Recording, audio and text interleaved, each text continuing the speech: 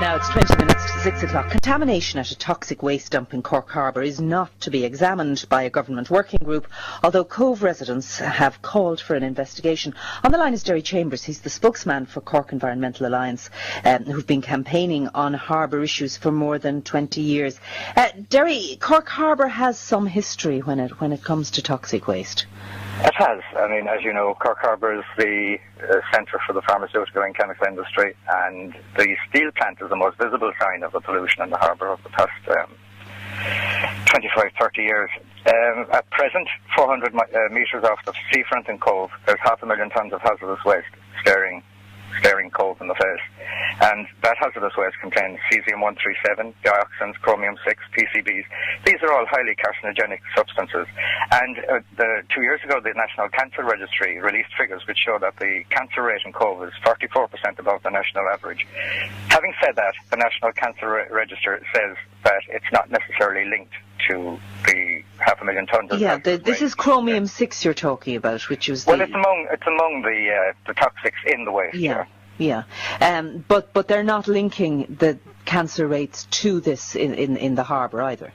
Well, no, they haven't established a causal link between one and the other, but I think common sense would dictate to everyone, apparently except Mary Harney, that at the very least a health study should be carried out to see if there's a relationship between, as I say, the 500,000 tonnes of waste 400 metres off the seafront in Cobh, where the cancer rate is 44% above the national average. So, Jerry, what you want is a baseline health study. Yeah, and, neither the Department of Health nor the communities of Cobh Harbour or Johnny-come-latelys to this debate. I mean, as long ago as 1991, Rory O'Hanlon, who was then Minister for Health, offered a healthline study, or a baseline study. For reasons unknown, that study has never been carried out. And, it's not just I'd like to stress, it's not just the Hall Bowling waste. There are problems in the harbour. There's anecdotal evidence of ill health effects over the years, and no one has the people. You essentially what you want at this stage is either the Environmental Protection Agency, the Department of Health. You want studies carried out to put your minds at rest.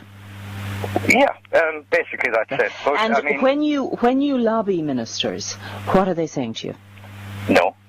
They're saying just a bold no. By the various, they claim, and consistently have claimed over the past 30 years, that the state bodies, agencies, the EPAs, the Department of Health, the Department of the Marine, the Nuclear Energy Board, the whole lot of them have said there is no link between anything they've allowed happen in the harbour and public health effects.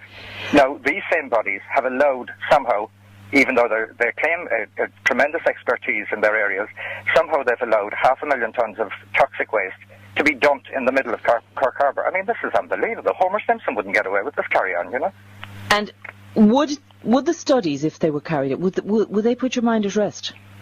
Of course they would. But, we don't want a Mickey Mouse study. We want a proper epidemiological study carried out by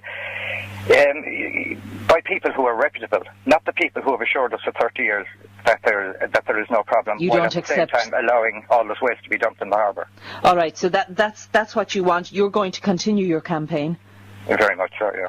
All right, well, we'll wait and see what happens with that. Derry Chambers, a spokesman for Cork Environmental Alliance, thank you for joining us on the programme this evening. It's